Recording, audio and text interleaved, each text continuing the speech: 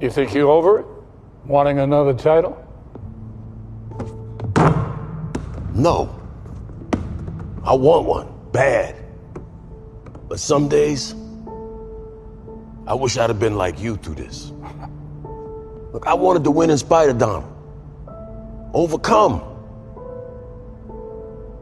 But we couldn't. Maybe we should have boycotted. Maybe we should have shown people that we were hit too hard to play.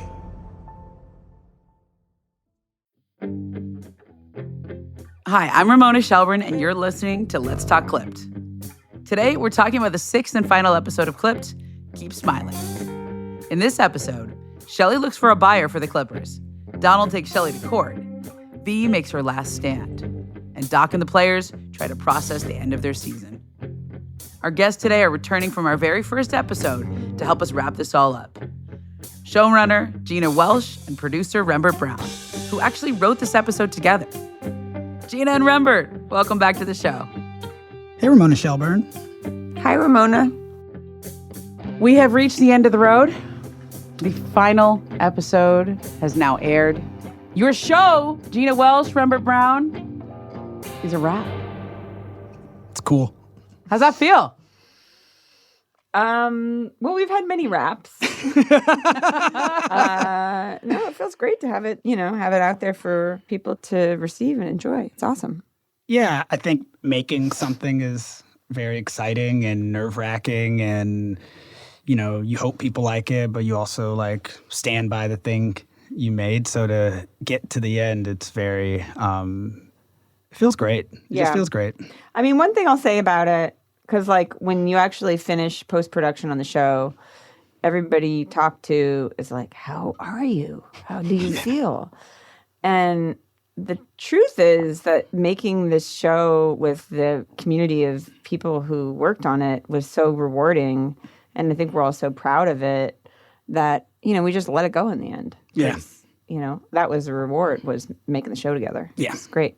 I always feel really nostalgic when we get to the end of things. I've been like that since I was a little kid. It's like summer camp. It's like the last day of summer camp. It's that's how I felt the last day we shot. Yeah. I was like, wow, I appreciate so many people. And I also, being my first show, really understand how many people it takes to do this well and how much trust is required to do it well. So, yeah, it feels great. Should we pop a bottle or something? Yeah. I know you've done that, but I don't really know how to pop a bottle. I'm not. Well, Ramona, I have 8 years of fine dining waitress experience under my belt, and I would love to tell you about our specials. Tell me. Yeah.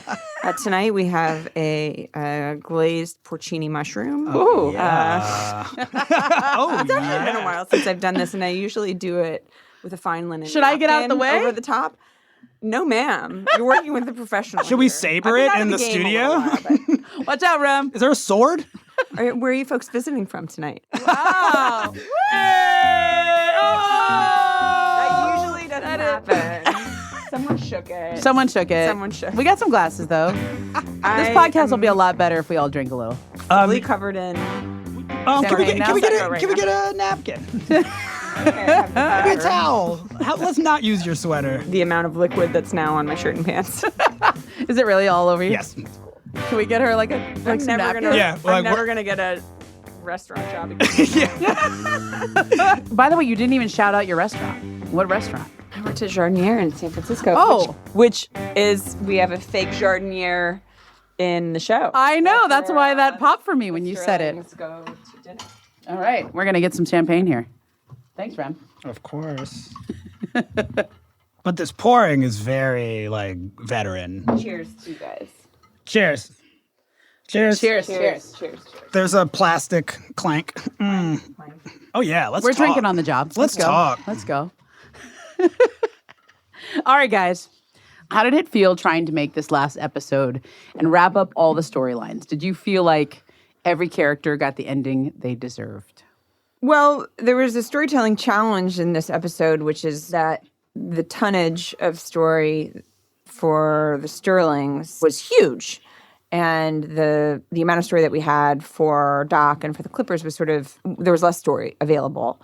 So we had to sort of manipulate the timelines a little bit in order to make that work.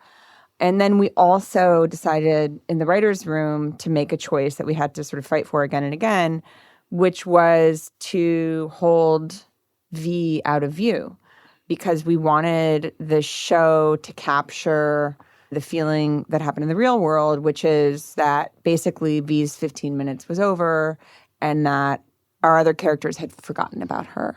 So what we were encountering when we were getting notes from producers and from the network was, we miss her. And we were all like, that's the point. You know, you really have this emotional connection to that character and you want to get back with her. And I think the thing that was really important to us in the finale, after this sort of false happy ending of episode 5, was to really live into what was happening after the sort of media firestorm around the tape moved on and the story became about power reasserting itself and what that felt like for the characters on whom this happy ending had been stuck. Yeah, I love the way we ended it. I think, ending it with Doc and Elgin was something that we didn't want to lose and had lots of conversations about. Because I think in order to understand the story, even though Elgin is not one of our lead characters, like his presence is so important to understand Doc, to understand these other Black players and what they were wrestling with. So just to end the show with that, Elgin, someone who had been reluctant to even come back to the court, this place was like a curse hung over him. But yeah, just to see Doc at the end, he's still trying to figure it out. But I'm looking beyond all this now, Elgin. I'm looking. Well, this world will hit you again. And you still young enough to hit back.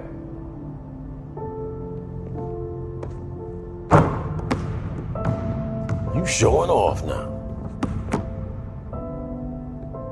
I need to shoot till it sounds right.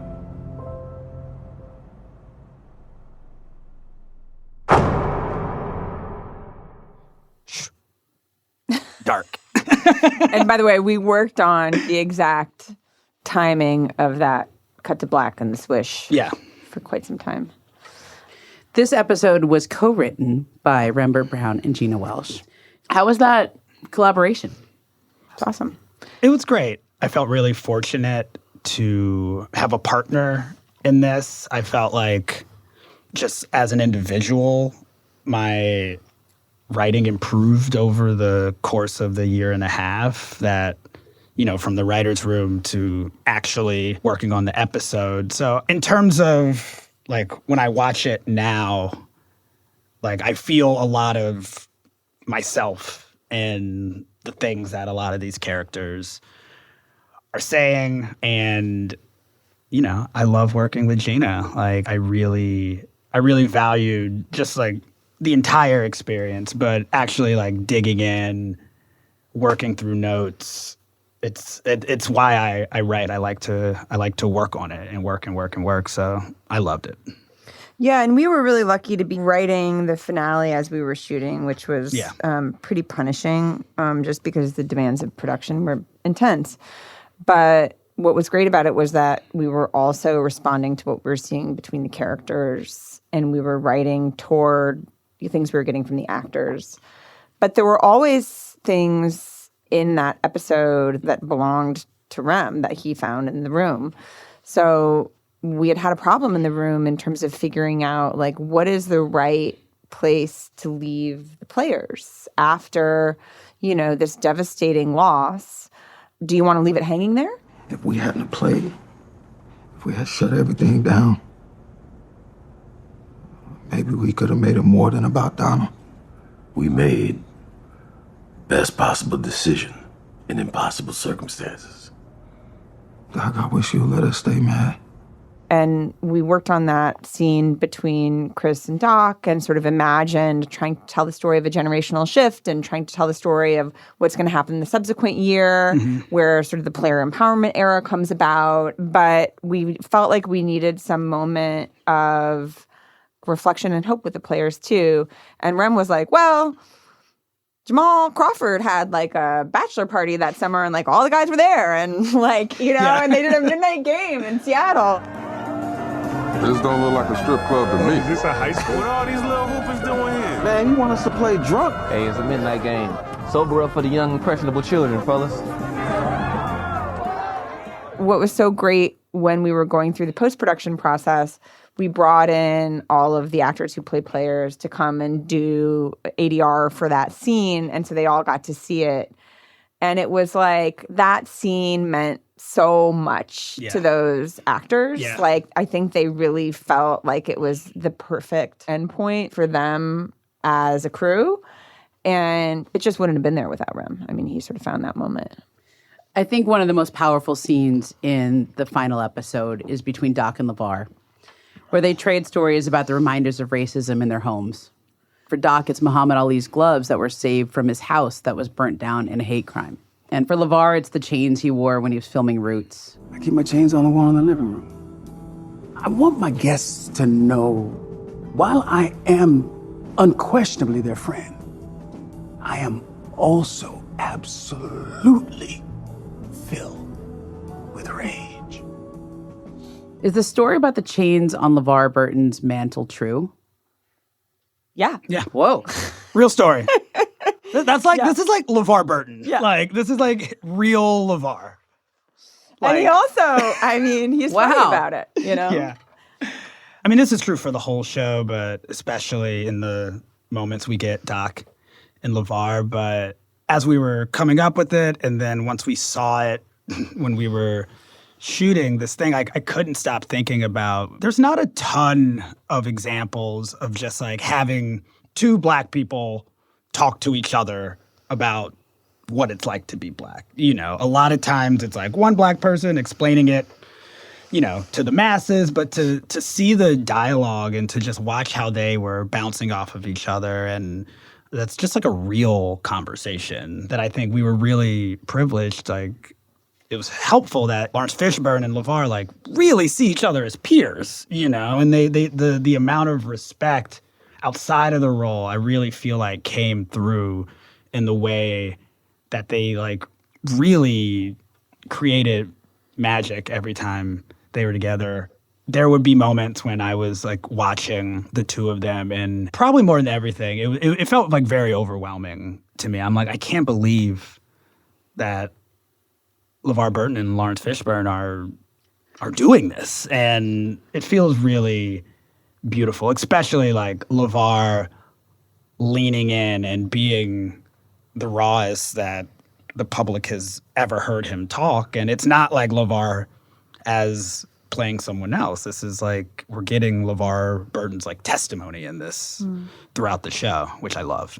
Yeah. Talk to us about the decision to show LeVar and Doc's rage throughout that scene, which is a pretty quiet scene, but you feel their rage. Yeah. When I first had a meeting with LeVar about the show, and at that point, I think he'd read the first two scripts. Mm-hmm. He told me that he would do the show as long as he could talk about his rage. Once I read Go the Fuck to Sleep for charity. One of my brand partners dropped me. What, you can't even say fuck? I can, but there are consequences. I said fuck. I lost money. Shit. If I showed how angry I really am, but I'm not gonna hide it.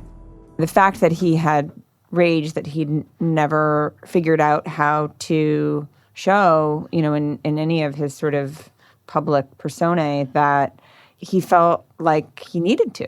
And I was like, yeah, that's part of the show. And it's revelatory. And I think the reason that we decided to use that story that Doc tells about the hate crime and the fire that burned down his family home, which is a story he's told in the press and, a story that he shared when we interviewed him, is, to me, that story and Doc's response to it, that he wanted his home leveled to a white slab before his family came home and he wanted to move on.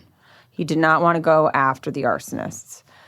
To me, that choice makes legible what he's trying to do with the team when the Sterling tape comes out, which is, let's just try to keep our heads down and get through this and then prove that it could not slow us down. Yeah. You know?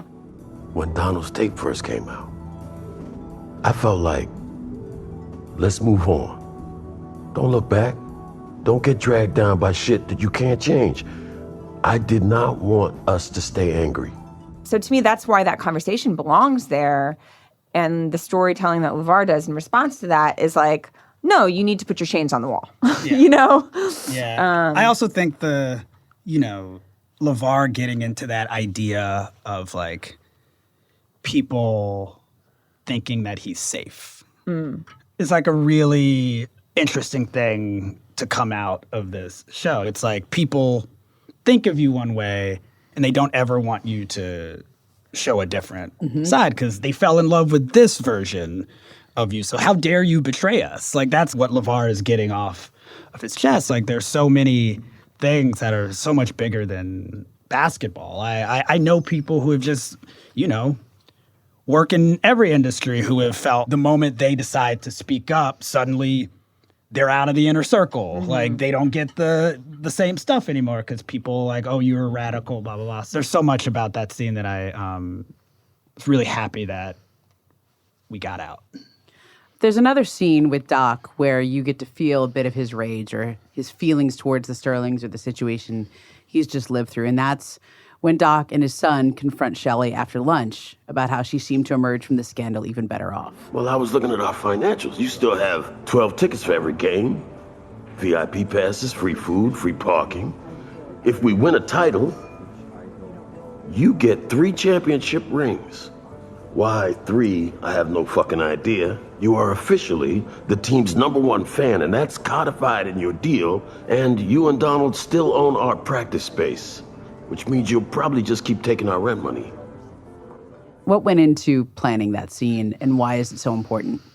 That was sort of a fictionalized moment that, that confrontation didn't happen. But it felt like in our conversations with Doc that was sort of an element of how he sort of felt about the math that all got worked out after the scandal. And we felt, just in terms of Doc's character journey in the show, that it was really important to give the satisfaction of hearing him say it all, and to have, that confrontation with Shelley, especially after episode 3, when she was coming to the stadium. He's like, she hasn't done anything wrong.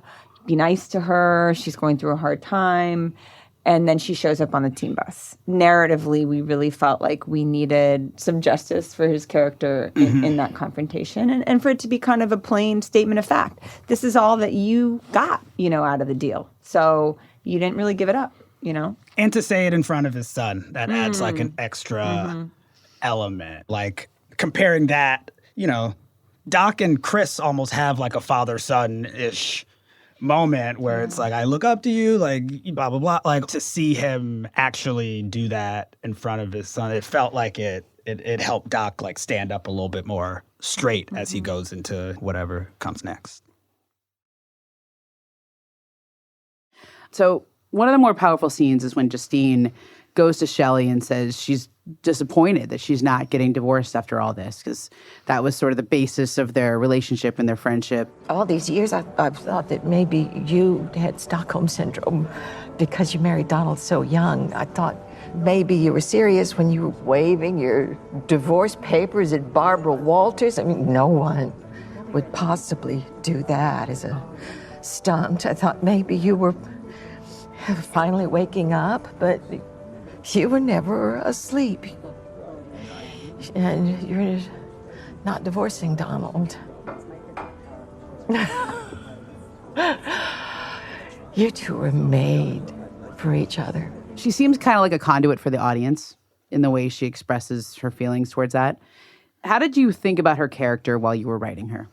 Well, we always imagined Justine, and this was the great thing about that actress, Harry Sansom Harris, who's been a character actress forever. I mean, she showed up to set with like a full character history for Justine. She's like, she has gotten her PhD in art history, but she doesn't use it. And, and I was like, wow, you've really gone deep. And she said, I never know when I come to set if I'm going to have someone to talk to about my character. And so I always do a lot of character work before I arrive. And what we had thought of for Justine, I mean, I think her character description in parentheticals in the script was a little bit psychic, in quotes. And so we sort of imagined her as someone who was probably had a life that looked a lot like Shelley's life until her divorce. And after her divorce, she stayed single. She had no money. She decided to make jewelry. But we wanted her to feel like sort of a slightly new age Malibu woman who still hung out with a pretty conservative crowd. And I think her character really wants to believe that Shelley is on the cusp of making the kind of life change that she made herself, and that she sees in Shelley a woman who has put up with a lot of shit for a really long time and who has tried to cover for her husband, but who is not similar to him. You know, I love what she said. Once Doc leaves, she gets that last jab. Nice to meet you, Justine. Come on, son.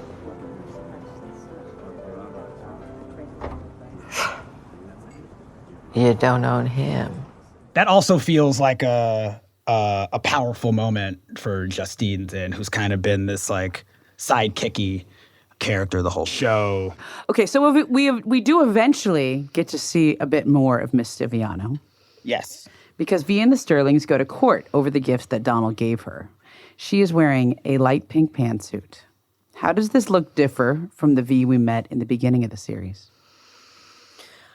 Oh, well, it's such a transformation, you know. Kate Adair, our costume designer, did such a beautiful job of both, you know, matching the real life looks, but also sort of bringing in all of these great details and tailoring them for Cleo. And we have this naturally occurring character arc in what Vi was actually wearing through this period, where in the pilot, in the second episode, she's looking for any kind of attention. Maybe she's looking for negative attention. You know, it's a lot of reds and greens, a lot of flash. And then toward the end of the show, with the white pantsuit and the pink suit, there's a softness and an innocence and a femininity that comes in.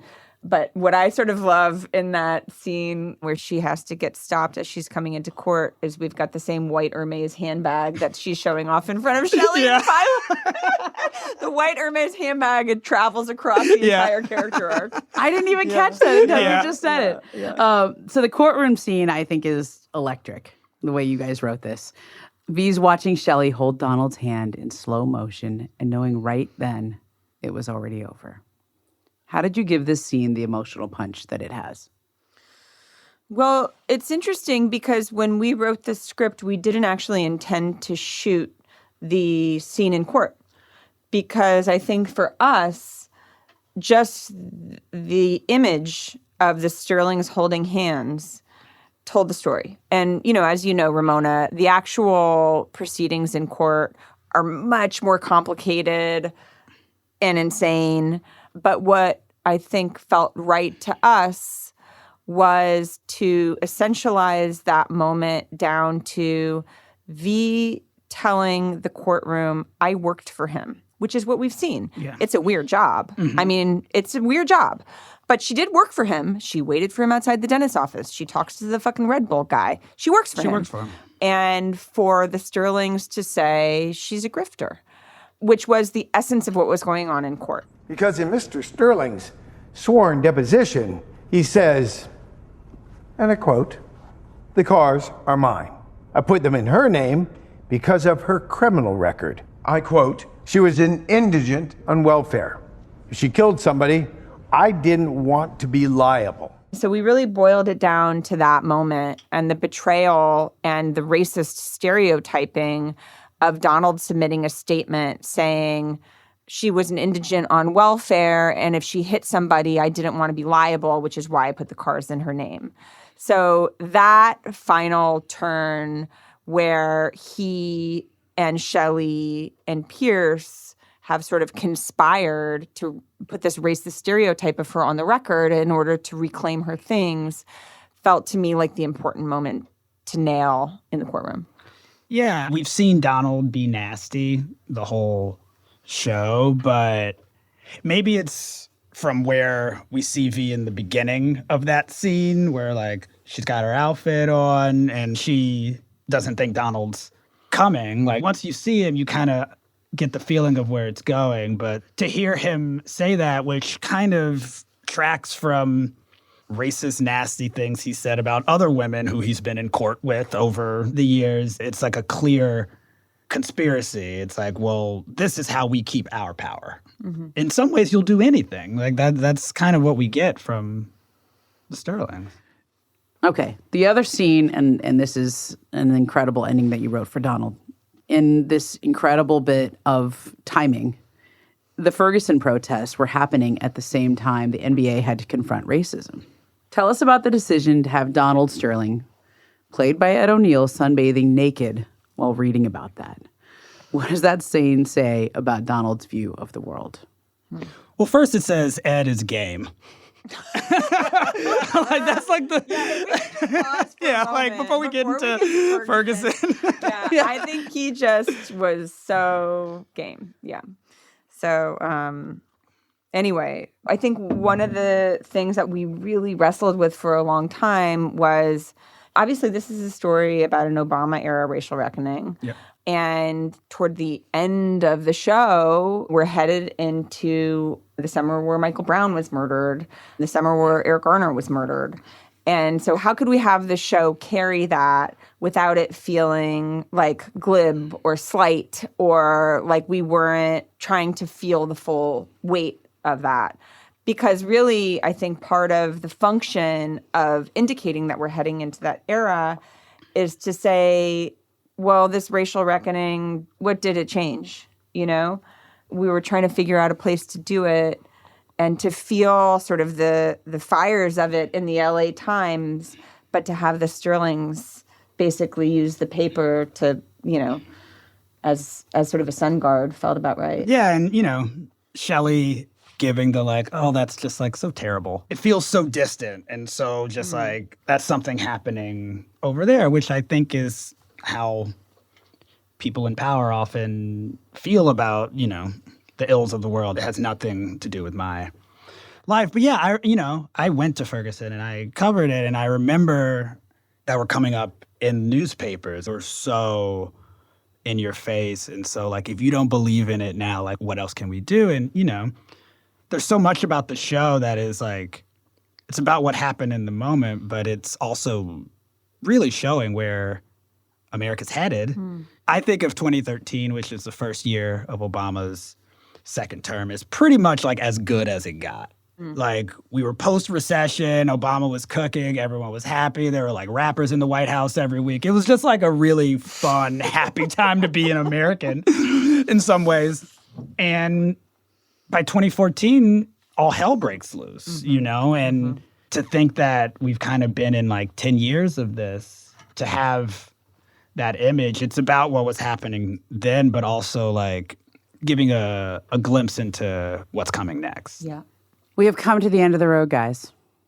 The part where we get to reflect on the series as a whole, on the real life events as a whole, and you as the first authors of history have probably thought about this a lot and what you want people to take from the show, whether it's from Doc, from Shelley, from V, from the whole situation at large.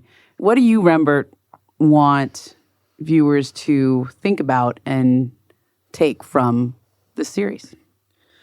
My answer would be like one of my own takeaways, like something I've taken away from having my head in this world for a couple years is like the idea of like, what's the worst that can happen if you stand up against power and injustice? You know, like I think something we get to at the end is this idea of Chris saying, I wish you would have let us stay mad.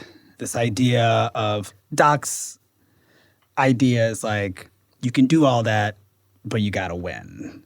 But then if you don't win, it falls very flat. And so, again, thinking about how a lot of the themes of this show apply to real life, I think that's one of the takeaways that I would want someone to think about in terms of their own life is like, I understand all the fear that comes, and some of that fear is reputational, some of that fear is maybe future access to things. But if you're like, well, I wonder what happens if they just shut it down. Like, do they become exiled? Like, probably not. What probably happens is a reckoning might have to happen. And some of the themes that we clearly cared about in the show, this idea of the struggle between wanting to stand up, but also being really concerned about your job and your reputation and all this other stuff is something that I think after watching the show, some people will think about how they exist in their own lives. It makes me really happy that that is something that came through, because that's something that I have spent my entire adulthood trying to find the balance of when is it time to say I don't give a fuck. So that's something that I'm really proud of for the show, of just like trying to unpack that and not really coming down on one side, but just showing all the things that can happen from an incident like this. I really love the answer. Me too. I was like, that was really good. Yeah, that's really great. Second champagne. God, you just get better with champagne. I get worse. I said that at the top. You did.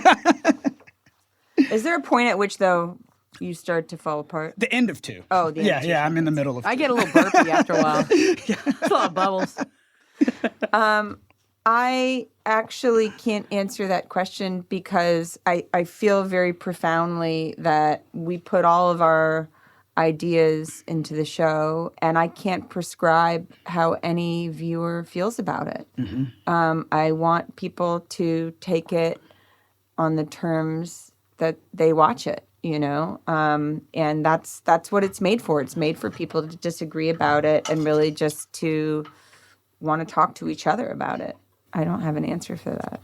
I think Rem's answer actually got me thinking about this idea that the show is a limited series, right? There's 6 episodes, there's a beginning, there's whatever decision you want to make about where it should end or what period of time it covers, but it really is a precursor to a reckoning that we have in the NBA and in the world at large. An internet reckoning, just like the power of, there's so many things that were in kind of like infancy stages that soon after this just fully exploded. And I think this incident can sometimes get lost in all of the other racial power reckonings that happened. But when you think about when it happened, it's very critical moment with regards to all of the things that kind of happened during that time period, especially in 2014 to 2016. I think a lot of the country thought we were past this. And then we realized that we were just like back in it in a way that some people couldn't believe. And something that I think the show does well is like, this is what 2014 was like. You know, this is how, even down to just like how, you know, stuff traveled online and, you know, seeing the memes and stuff like that. Like there's so much about 2014, which was showing where we were headed. I think 2014 and this story and the scandal kind of represents one of these lines of demarcation for me. Wherever you want to choose to start telling the history of the player empowerment era in the NBA, whether it's the Miami Heat wearing the hoodies after Trayvon Martin, whether it's this, whether it's LeBron, you can go all the way back to 2010 and his decision. You can start telling that story in any of those spots. But I think this is as good a place as any, because I'll never forget where I was when LeBron James steps in front of the microphone and says, there's no place for Donald Sterling in this league. That is a pretty profound statement and moment. And I think you guys do an incredible job of getting us to that point in the NBA, but also in society. And I know it's a limited series, but there's a lot more story to tell that comes after this. And I think that's why I'm happy we left off where it does, because, oh, you never know. Maybe there's more. Gina, Rembert, thank you so much for all your time, your thoughts, your reflections, and your great work on this. Ramona, thank you. Thank you, Ramona. Thank you for all of your great reporting on the podcast and, you know, just making the show with us. This episode was hosted by Ramona Shelburne and produced by Megan Coyle. Our associate producer is Gus Navarro.